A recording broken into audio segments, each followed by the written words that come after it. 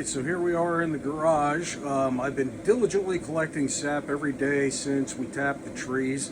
Collecting it, putting it into a into a 5-gallon jug back here in the garage, preparing for the boil off. So, you know, in years past, I would wait until I had, somewhere between 25-30 gallons before I'd start boiling it off.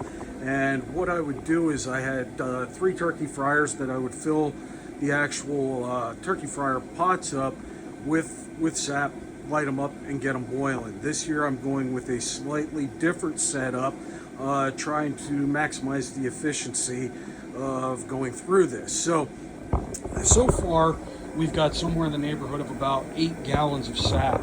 So what I want to do is try and boil it down to maybe a half a gallon, maybe a quart if I'm lucky, just so I can put it in the refrigerator and not risk spoiling it. So here's the setup that we're going with this year. So as you can see, I've got 2 stainless steel pans sitting on top of 2 turkey fryers. I've got them both roaring underneath there. As you can see, I've got a good boil going to each side underneath each of those burners. So like I said, in the past I used to use just the pots that came with the turkey fryers, and that worked. I mean, I would stand out here for 2 days straight just boiling and boiling and boiling to get them to that point. And maybe that'll be the case with this setup as well, but I'm hoping with the increased surface area that I'll get better evaporation. Now, one of the things you'll notice after me saying that is I'm blocking some of that surface area with a second stainless steel pan sitting on top. The reason for that is I'm trying to preheat the sap on top so that I can empty it from this container down to this one without absolutely killing the boil.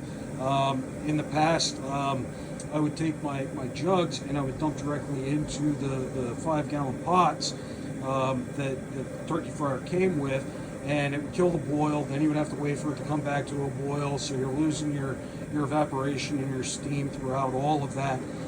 So I'm experimenting with this year to see if I can add the warmed sap into the boiling sap without killing that boil. As you can see in that top container, that top tray, there are bubbles forming, and if you look off to the side here, I don't know if you can physically see it or not, there is some steam coming off, so I am actually gaining some evaporative quality from that as well. Now, that's by no means hot. I can stick my finger right in it, and it's not quite bath water, but it's definitely better than lukewarm, so it is warming as we go. Now, I've had this sap now boiling for, probably about an hour and a half. I started it before I went out to do my sap collection this afternoon. But initially when I started it, I had that bottom tray sitting on just one turkey fryer, and at best it got up to a simmer, and I kept it low intentionally because I didn't want it to go crazy while I was gone, but I quickly realized that wasn't going to work. So luckily that stainless steel pan I have there on the bottom is wide enough that I can span across 2 turkey fryers and get a nice boil going on both sides of that pan. You know, hopefully it ups my efficiency. I'll keep the level down. I probably have more sap in there than I should, so I'm going to let that boil down for a little bit before I start adding any more to it. But you know, here we are underway. You can see that sap is nice and clear, nice, looks like water, and that's really what you're looking for.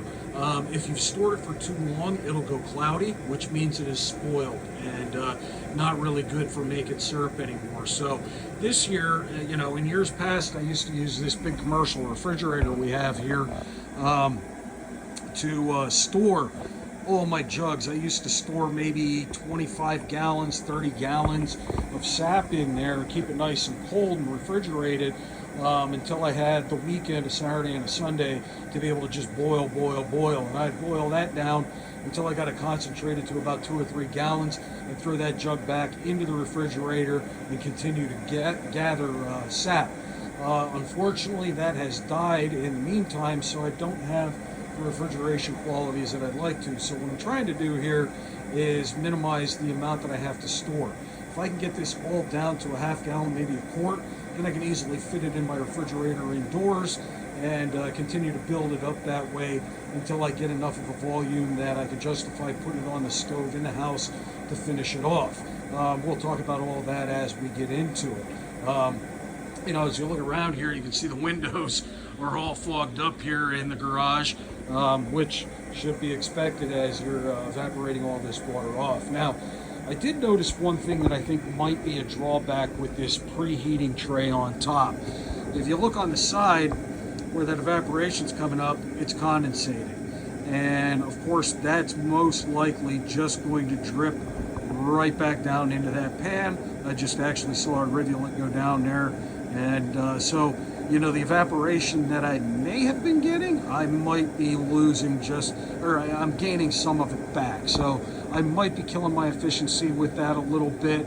I might pull it off down here to be flush with this end so I get more surface area out that side, maybe a little better heating. I don't know. I'll play around with it and see if I can get a little bit better result going on with it. Now, yesterday, when I was tapping a tree, I don't know if I'll post the video or not. Yeah, I probably will. Why not? I'm an amateur. I'm just trying to figure out how this all works. But what I mentioned in that yesterday was that maple sugar and sap was introduced to European settlers by Native Americans when they first arrived here.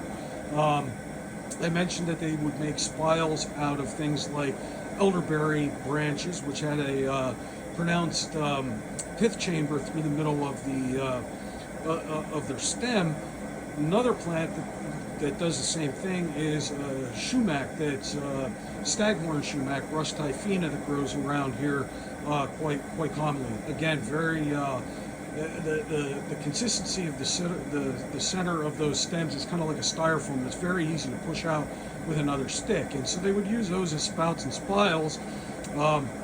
They would also use hand axes made of stones, and they would chop a V-type formation into the bark down into the cambium layer and allow that sap to just run off onto perhaps a piece of bark that they left protruding that would drip into a collection vessel that was probably made out of something like bark, a basket made out of bark or something of that nature.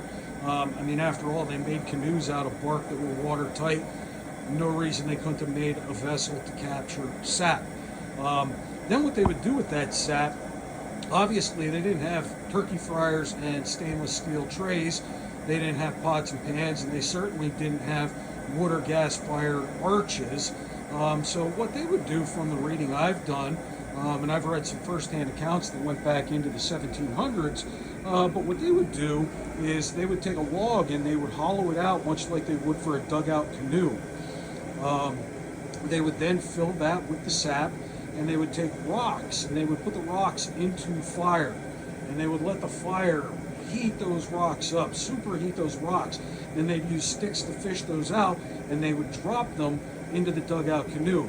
Or they would use a deer hide or other animal skin stretched tight into kind of like a basin over a tripod of sticks. It was a method they used for cooking, but European settlers as late as the early 1700s did report that they would use that same method with rocks and keep dumping hot, superheated rocks into the sap until they brought it to a boil, and they would continue to do that until they boiled it down to make maple syrup or sugar.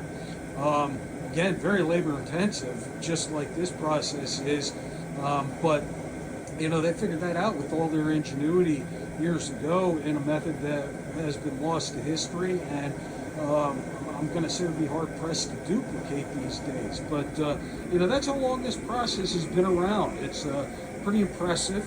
Like I said, I've done this before. so I kind of know what to expect. So far, I'm liking this method of doing it over using the full-blown turkey fryer pans. You know, we'll see what comes of it, but yeah, it's it's a work in progress. So we'll keep you all posted. Thanks for joining.